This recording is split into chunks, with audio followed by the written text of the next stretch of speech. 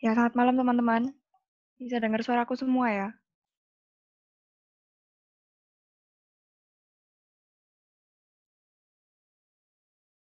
Bisa. Oke. Jadi ini kita langsung bahas pertanyaan yang udah di komen di note yang dibuat di grup PPC ya. Pertanyaan pertama, apabila terdapat hasil litmus 0 dan positif pertama, mengenai penentuan job tardi pertamanya itu harus 0 atau yang positif pertama.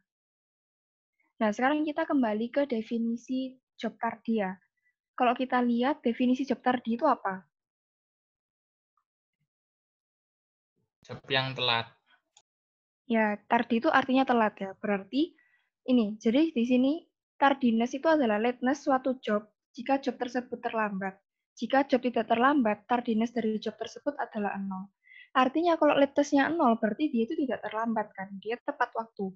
Berarti dia bukan job tardi pertama. Kita lihat yang positif pertama. Kayak gitu ya. Paham semua? Paham, Teh. Oke, paham ya. Ada yang mau ditanyakan terkait pertanyaan pertama ini, atau kita langsung lanjut ke pertanyaan kedua?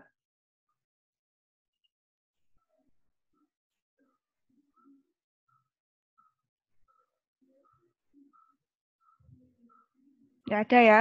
Oke, kita lanjut pertanyaan kedua. Oke, kalau nggak ada pertanyaan, aku lanjutin ke pertanyaan kedua ya. Pertanyaan kedua itu, algoritma Wilkerson-Irwin, kalau step 3 semua no, step selanjutnya bagaimana? Nah, ini kita lihat lagi di aturannya. Bentar ya.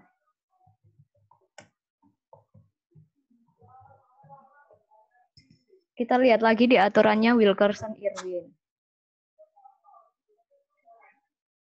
Yang pertama, di slide itu ada. Yang pertama di sana jelasin kan. Yang pertama, urutkan seluruh job berdasarkan EDD. Kemudian ambil 2 job pertama, sebut job A. Jadi kita ambil 2, terus kita tes.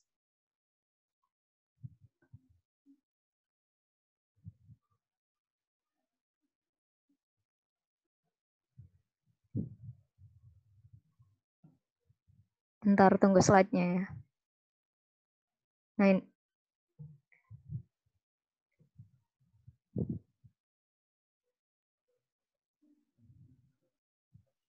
bentar ya.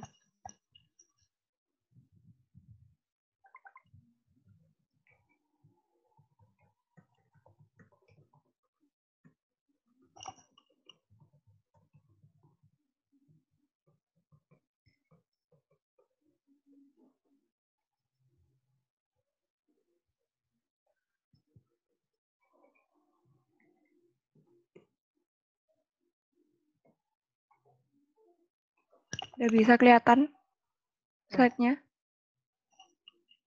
Ini ya teman-teman, jadi dari langkah pertama, kita kan ambil 2 job, setelah itu kita tes.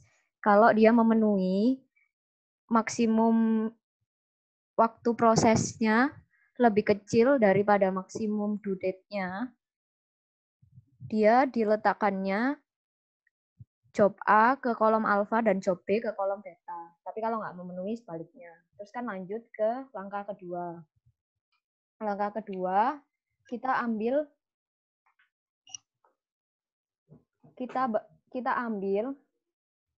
satu job dari EDD list, masukin ke gamma, habis itu dibandingin pakai rumus yang ini, F alpha plus maksimum bla bla bla ini.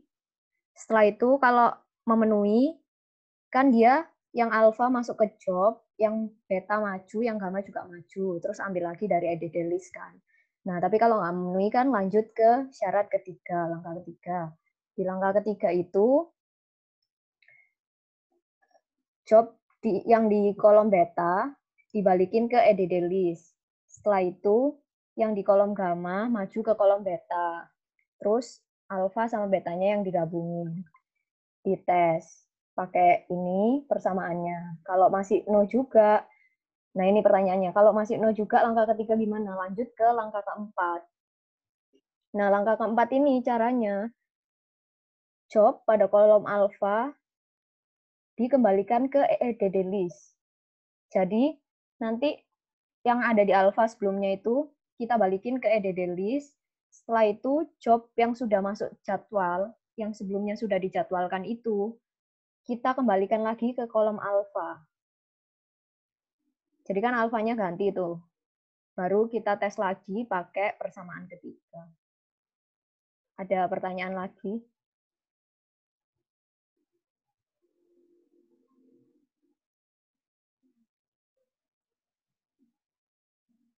Udah jelas belum teman-teman? Nggak ada contohnya tadi. Contohnya ada di next, coba next slide. Next. Ya, ini contohnya. Jadi kan ini dari contoh-contoh sebelumnya. Pertama kan ini 2 sama 1, job pertama di EDD list. Diambil kan, masuk ke alfa sama beta. Setelah itu ambil satu lagi. Ini alfa sama beta tadi ya, pakai langkah 1 nentuinnya. Diambil lagi, masukin ke gamma. Terus dia dicek. Dicek apakah itu pakai persamaan yang F alpha plus max waktu proses beta, ini maksudnya itu waktu proses beta sama waktu prosesnya gamma itu yang lebih besar yang mana, itu yang diambil. Jadi kan waktu prosesnya alpha ini 8. Terus waktu prosesnya beta itu job 1. Job 1 itu waktu prosesnya 5. Job 1 itu waktu prosesnya 5. Wait, datanya di slide-slide sebelumnya kayaknya.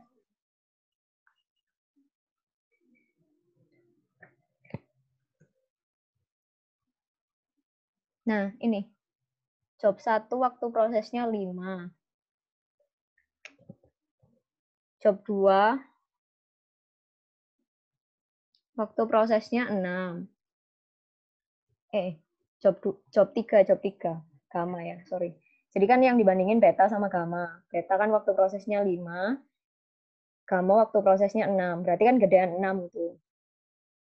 Gedean 6 kan. Kita ambil yang 6, berarti 8 tambah 6. 14 tuh kan.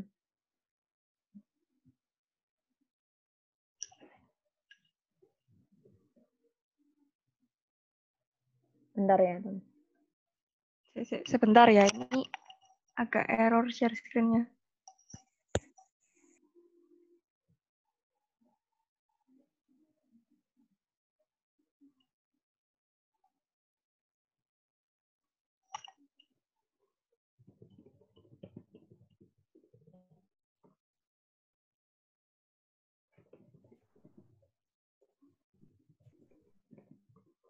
Ini Iris yang share screen ya, soalnya punyaku agak sulit. Bisa enggak, teman-teman? Kelihatan. Nah, ini tadi ya langkahnya. Terus ini contohnya. Nih kan.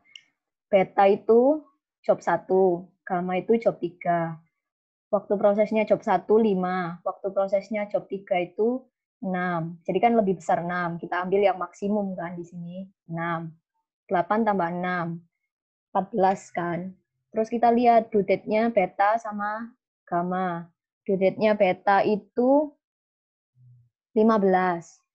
Due date-nya gamma itu 15 juga. Jadi kan maksimumnya tetap 15. Nah, kita bandingin apakah 14 lebih kecil atau sama dengan 15? Iya kan? Nah, kalau salah satu aja udah iya, lanjut. Berarti job yang di kolom alfa ini masuk ke jadwal. 2 ini pindah ke jadwal. Terus yang beta maju, yang gamma juga maju kan. Jadi alfanya job 1, betanya job 3. Terus kita ambil dari EDD list selanjutnya. EDD list selanjutnya itu job 5. Kita masukin ke kolom gamma. Setelah itu bandingin lagi kayak yang tadi.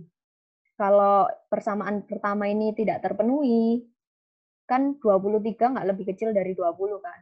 Kalau nggak terpenuhi, kita bandingin pakai ini, syarat yang kedua. Apakah waktu proses job beta lebih kecil dari waktu proses job gamma? Job beta, waktu prosesnya 6. Job gamma, itu job 5 itu waktu prosesnya 10. Lebih kecil kan? Nah, kalau iya, kita lanjut lagi. Berarti yang job 1 yang di kolom alfa pindah ke jadwal. Setelah itu job beta maju, job gamma maju, ambil lagi dari EDD list yang baru. Bandingin lagi. Kalau kayak gini kan nggak terpenuhi itu. Nah, kalau nggak terpenuhi kan lanjut ke langkah ketiga. Langkah ketiga kita lihat lagi aturannya. Langkah ketiga ini kembalikan job dari kolom beta ke urutan EDD dan pindahkan job pada kolom gamma ke kolom beta. Setelah itu bandingin. Tuh. Nih, berarti kan ini balik lagi ke EDD list kan, 5-nya. Terus 4-nya maju. Nah, terus disuruh bandingin pakai ini, persamaan ini. Suruh bandingin pakai persamaan ini. Kalau salah satu terpenuhi, berarti kembali ke langkah 2. Kalau misalnya nggak terpenuhi dua-duanya, baru lanjut ke langkah 4. Ini kan terpenuhi semua toh. Terpenuhi satu, yang satu enggak. Jadi kita lanjut ke step 2 lagi. 3-nya masuk ke jadwal. Terus 4-nya maju. Terus ambil 2 dari EDD list. Berarti kan 5 sama 6. Bandingin lagi. Nah, cara kerjanya step 4 itu, ini kan step 4, kembalikan job pada kolom alfa ke EDD list dan anggap job paling belakang dari jadwal sebagai alfa yang baru. Kembali ke langkah 3. Nah, contohnya ya, misal yang ini ya, job alfanya 3, betanya 4, terus tidak terpenuhi. Berarti kan harus lanjut ke langkah 4. Nah, langkah keempat itu aturannya yang job di kolom alfa ini 3 kembali ke EDD list. Setelah itu ambil job yang ada di jadwal paling terakhir, masukkan ke kolom alfa. Berarti kan tadi masih 2 sama 1 toh yang masuk. Masih 2, 1, 3 yang masuk ya kan. Yang masuk 2, 1. Oh enggak, ini enggak terpenuhi. Yang masuk kan 2 sama 1. Sampai sini kan tadi. Terus misal ini enggak terpenuhi, 3-nya balik ke EDD list, terus yang 1 ini jadi alfanya. Gitu. Baru hitung lagi persamaan 3 ini. Jelas nggak teman-teman? Yang betanya yang 5 itu turun ya, Ci, berarti? Beta yang ini. Iya. Oh, ini sudah kena aturan ketiga kan? Ini kan step 2, nggak terpenuhi semua. Kena aturan langkah nomor 3. Langkah 3 kan kembalikan job dari kolom beta ke urutan EDD. Berarti yang 5 ini balik ke EDD list. Terus yang 4 maju. Ini kan, lanjut step 3 kan. Nih. Oh, bukan, Ci, maksudku pas yang step 3 ini no. Berarti kalau step 5-nya 3 turun. Enggak, 5 kan udah nggak ada. 5 kan udah balik ke EDD list. Kalau step 3 nono, 3-nya balik ke EDD list, terus 1-nya masuk ke alpha. Lalu betanya? Betanya tetap 4. Ini kan aturannya. Kan aturannya ini kan. Kembalikan job pada kolom alpha ke EDD list dan anggap job paling belakang dari jadwal yang job sebelumnya di kolom alpha sebagai alpha yang baru. Kembali ke langkah 3. Langkah 3 kan nggak pakai itu. Nggak pakai gamma. Jadi ini, 3 ini balik ke EDD list, terus yang 1 ini masuk ke sini. Ada pertanyaan lagi?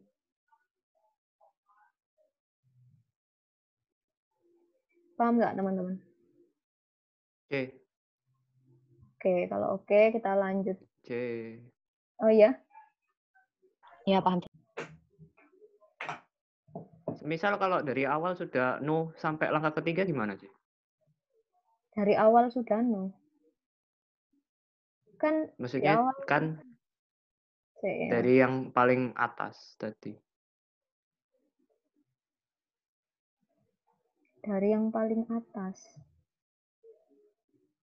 Nggak, lihat Jadi tabelnya dulu. maksudnya di Langkah iterasi pertama. langkah pertama yang kamu sampai lakukan sampai langkah ketiga itu semuanya no kayak gitu. Ya, benar. Oh, Ya nggak apa-apa, tetap Kan bisa jalan. ceritanya Kan kan ini nggak udah ada ada yang alfa betanya.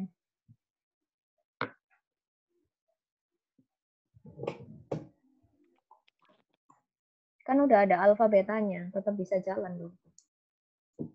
Alfa beta.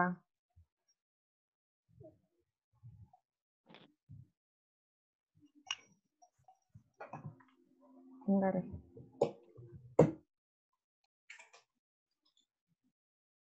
Ini ada yang nanya, maksudnya kembalikan job ke EDD list ini urutan sebelum tabel ini dibuka. Kembali ke EDD list.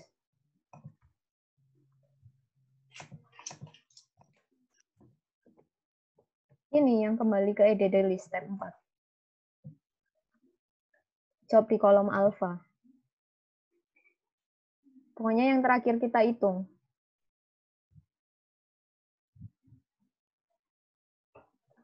Jelas nggak teman-teman?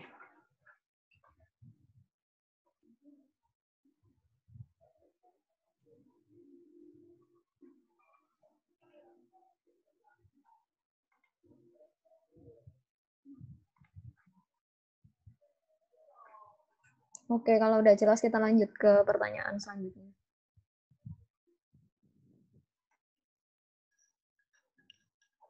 oke, kita lanjut ke pertanyaan selanjutnya dulu ya. Pertanyaan ketiga itu bagaimana cara menentukan RJ pada setiap stage pada pembangkitan non-delay?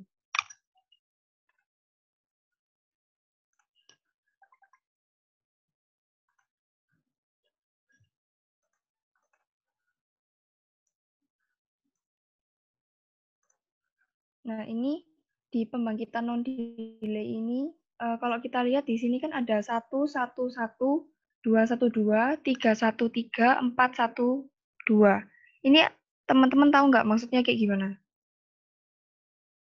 Operasi mesin sama urutan. Kebalik ya Ya, urutannya. operasi. Job, operasi sama mesin. Kebalik. Ya, jadi kalau ini kalau mau cari RJ-nya itu dilihat dari proses sebelumnya dan mesin yang dipakai. Jadi misal ini ya, kita lihat di stage 1. Ini ada mesin, ada ST322 itu RJ-nya 3. Tetapi ketika di stage 2, tiba-tiba dia berubah jadi 4. Kenapa? Karena di stage 1, mesin 2 itu dipilih untuk melaksanakan job 412. Nah, yang nanti selesainya itu di completion time-nya di jam ke-4. Akhirnya, job ke-322 ini untuk dia siap dikerjakan itu harus di jam ke-4 karena menunggu mesin 2 selesai dipakai oleh job 412 dan menunggu proses sebelumnya dia yang 313 ini. Paham?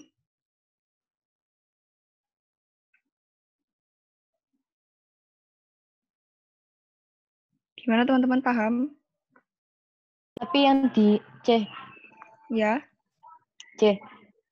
Tapi yang di stage 1 itu kan 122. 122 itu kan berarti mesin kedua. Di Itu kan stage 1, berarti ya. kalau 122 kan RJ-nya 4. Nah, terus di stage 0 itu waktu mesinnya 2 itu CJ-nya itu 1. Atau Bentar ya. berdasarkan yang Gimana? CJ yang Kalau ini 111. ini kan 122. Jadi RJ-nya 4. ya, 4. Itu kan berdasarkan yang 111 ya? Iya, Yang benar. CJ 111. Ya. Tapi kalau misalnya yang 322 itu juga berdasarkan Mm-mm. yang 313. Ya, benar. Berdasarkan yang completion-nya ini ya.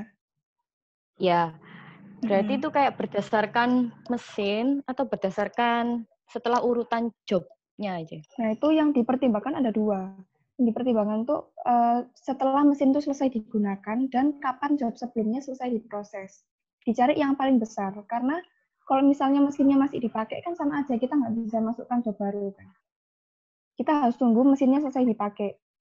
Lalu kalau misalnya yang menunggu proses sebelumnya, kita juga nggak bisa melaksanakan job ini kalau misalnya proses sebelumnya belum selesai. Jadi kita bandingkan mana yang lebih besar antara penyelesaian job sebelumnya dan pemakaian mesin itu sampai jam berapa. Kayak gitu. Paham? CJ yang lebih besar.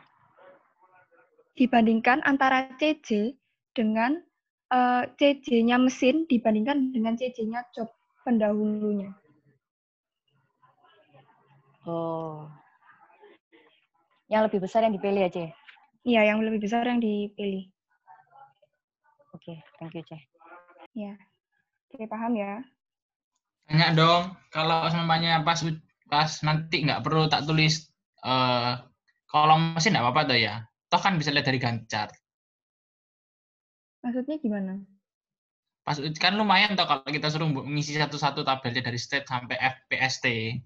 Toh juga diminta dia dari soal itu minta gambar Gantt chart kan nggak apa-apa toh. Nggak perlu Tapi nulis yang mesin. kalau mesin itu Mendingan berguna dibuat. buat lihat waktunya. Ya, sama kenapa kok mesin ini ditulis, karena di sini ada mesin yang menuliskan beban yang diterima oleh mesin itu. Jadi intinya harus ditulis gitu. Mendingan ditulis, lebih baik ditulis untuk mengurangi kesalahan. Oke, baiklah. Ya. Oke. Oke, lanjut pertanyaan selanjutnya ya. Pertanyaan selanjutnya itu ada yang nanya, semisal kalau pada stage tertentu di job shop, ready time, waktu prosesnya sama, apakah boleh langsung memilih 2 ya? Jawabannya boleh. Sebentar, tak tunjukin slide-nya. Ini ya contohnya. Ini job shop yang jadwal aktif, pembangkitan jadwal aktif. Ini kan yang ditanya kalau misalkan ada yang sama, apakah bisa langsung keluar dua-duanya. Nih, di stage 2 ini, completion time-nya ada yang sama. 4 sama 4 kan. Ini kan cuma dipilih 1. Sebenarnya, kalau misalkan dia sama, dan mesinnya beda, sama tapi mesinnya harus beda loh ya. Kalau sama tapi mesinnya beda, itu boleh langsung keluar dua-duanya. Jadi contohnya ini, bisa langsung di sini kan 4, di sini tulis 1 sama 2 gitu. Jadi yang keluar operasi 1 mesin operasi 1 mesin 1 sama job 4 operasi 1 mesin 2. Jelas nggak teman-teman? Tapi kok Jadi itu cuma bebas dipilih milih satu gitu. ya? Kenapa?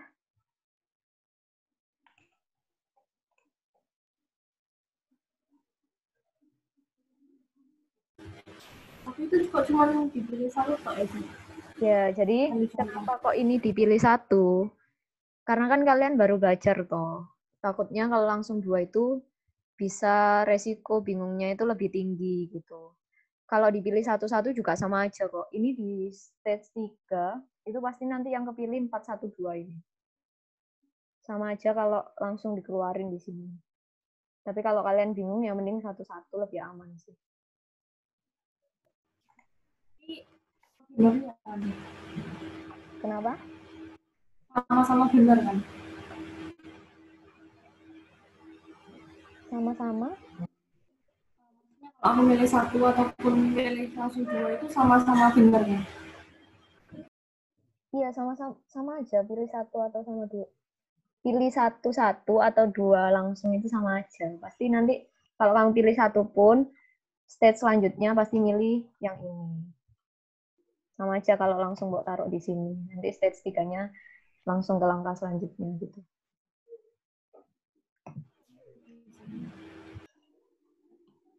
Tanya lagi aku, C.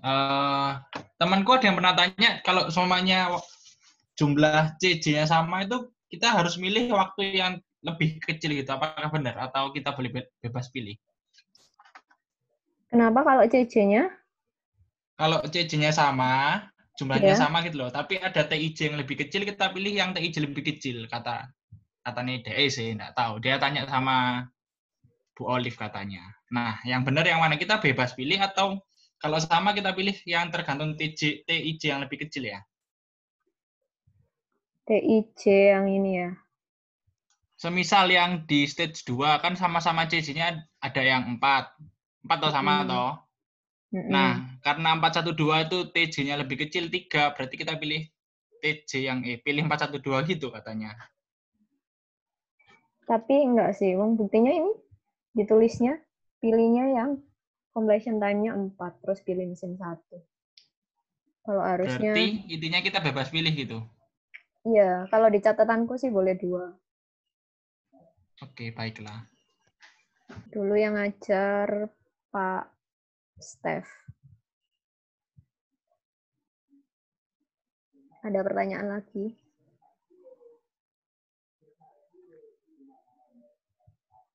Oke, kalau nggak ada lanjut ya. Oke, kita lanjut ke pertanyaan terakhir ya ini. Perbedaan spesifik antara job shop dan flow shop dalam soal. Nah, sebenarnya di PPC ini yang kita pelajari itu cuma job shop aja. Jadi di flow shop ini kita nggak mempelajari penjadwalannya, kayak gitu. Nah, tapi kalau ditanyakan perbedaan antara job shop dan flow shop, job shop itu urutan prosesnya itu tergantung dari produknya. Jadi produknya itu bisa pindah-pindah ke banyak mesin tergantung prosesnya. Tapi kalau flow shop itu mengikuti alur mesinnya. Jadi produknya itu bergerak sesuai alur mesin.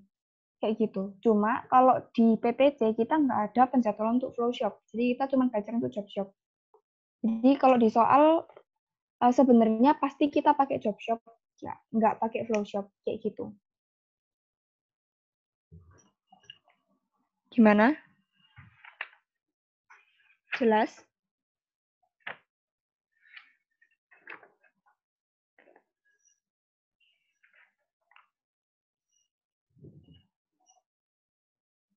C, Kalau nggak ada bukannya yang flow shop itu yang diajari pas mesin serial atau mesin paralel ya? Bukan. Iya, kalau jadi gini, maksudnya kalau di penjadwalan job shop itu yang kita pakai itu cuma job shop aja. Sedangkan kalau misalnya job shop dan flow shop, job shop dan penjadwalan mesin serial itu kan kelihatan kelihatan banget gitu toh. Kalau misalnya job shop kan dia pasti ada ada banyak mesin. Nah, banyak mesinnya ini kalau job shop itu satu jenis produk itu bisa diproses di banyak mesin. Kayak gitu. Tapi kalau misalnya mesin serial biasa itu satu produk diproduksi di masing-masing mesin satu kali. Paham nggak? Oke, C. Paham. Oke. Thank you, C. Ada yang mau tanyain lagi? Aku mau tanya tapi di luar pertanyaan notes boleh enggak? Iya, nggak apa-apa. Itu di week 10 itu ada pengendalian aktivitas produksi. Itu kira-kira keluar enggak ya? Soalnya kita nggak dibahas di kelas gitu. Pengendalian aktivitas produksi. Yang mana ya itu?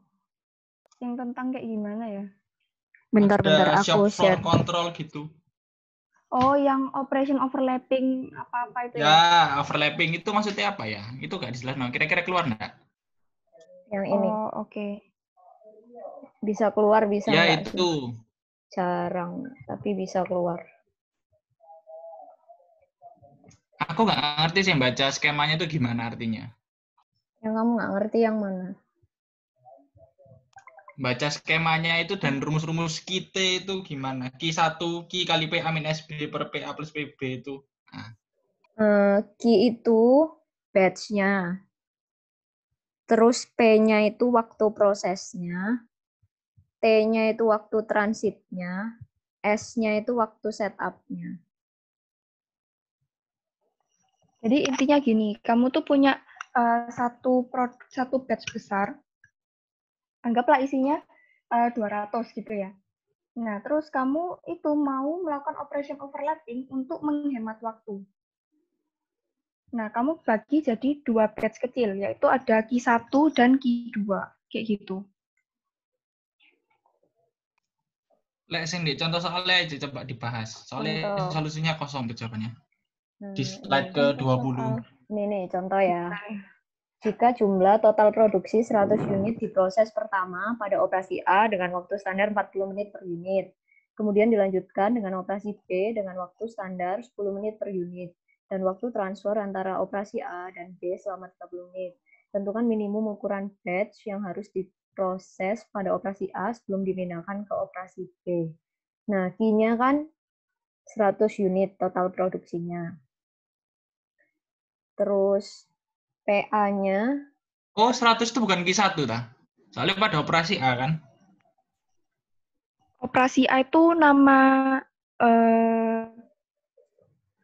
Q1 itu kalau udah operasi A. dibagi. Kalau udah dibagi jadi QA, QB. Oke, lanjutin deh, nggak Dan ngerti sih. Coba ini lanjut. kan Q, masih Q ya. Masih Q yang itu. Ini slide sebelumnya kan ada keterangannya nih. Nih, Q yang utuh ini. Total ukuran lot yang hendak diproduksi 100 kan. Terus PA-nya 40 menit. PA itu waktu proses untuk operasi A. Ini. Terus PB-nya waktu proses per unit untuk operasi B-nya itu 10 menit. Terus ada waktu transfer antara operasi A dan B. Jadi waktu pindahnya gitu. Nih, TAB kan, waktu perpindahan antara operasi A dan B. 30 menit. Tinggal dihitung aja. Jadi,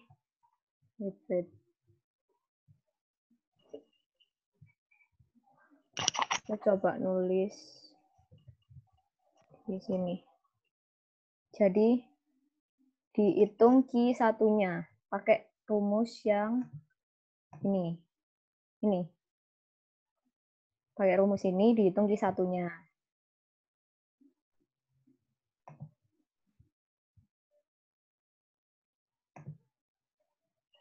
Jadi kan Q1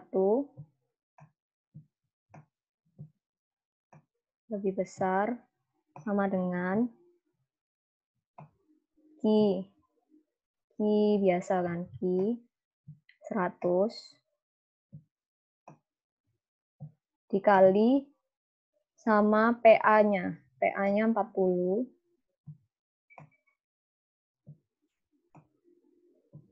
dikurangi SB. SB itu waktu setup untuk operasi B. Di sini nggak ada kan, berarti 0. Dibagi PA plus PB. PA-nya kan tadi 40. PB-nya 10. Nah, ini. Ini kan hasilnya 80. Benar kan?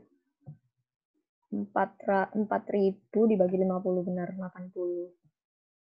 Nah, kalau kita tahu Q1-nya 80, berarti kan yang mau diproduksi 100 nih.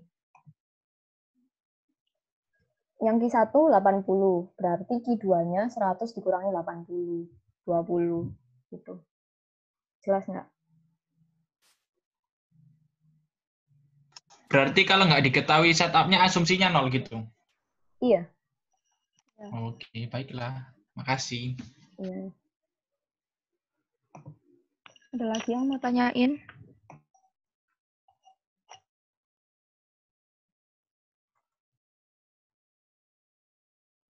Yang terkait yang mesin paralel gimana?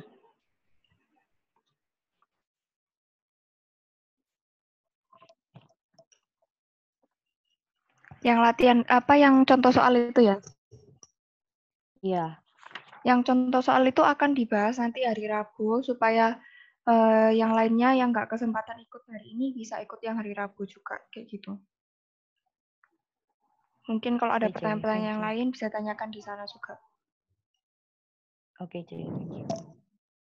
Hmm.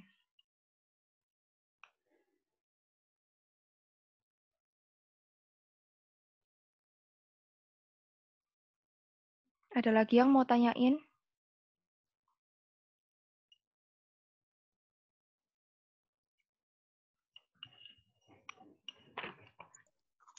C, apakah responsi ini bahas soal SPMK, C?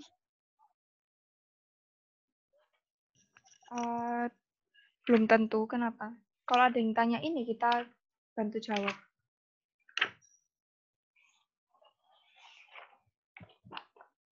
Oke, C.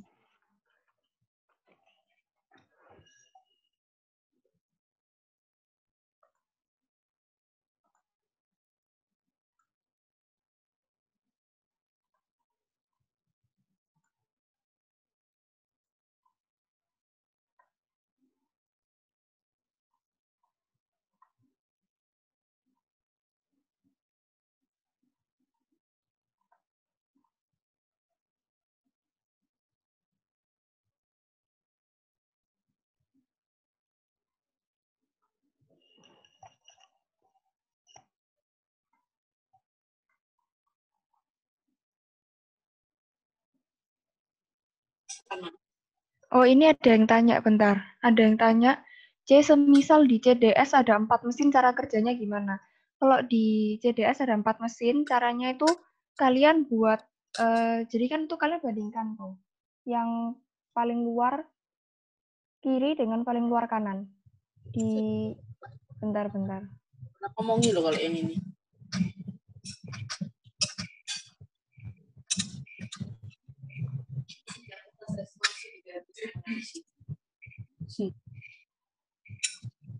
Ini ya.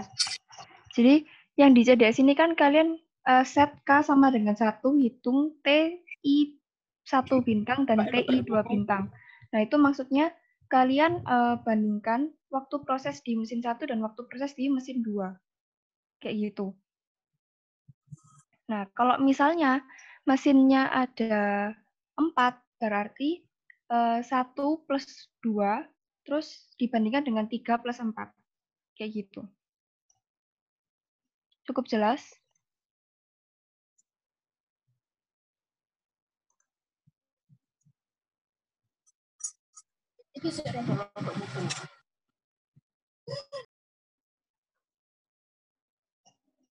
Masih ada pertanyaan lagi, teman-teman?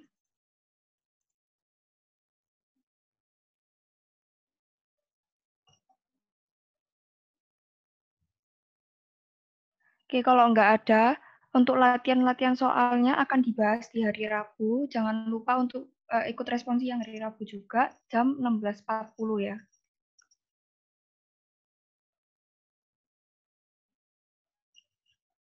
Oke, C. Thank you. Oke.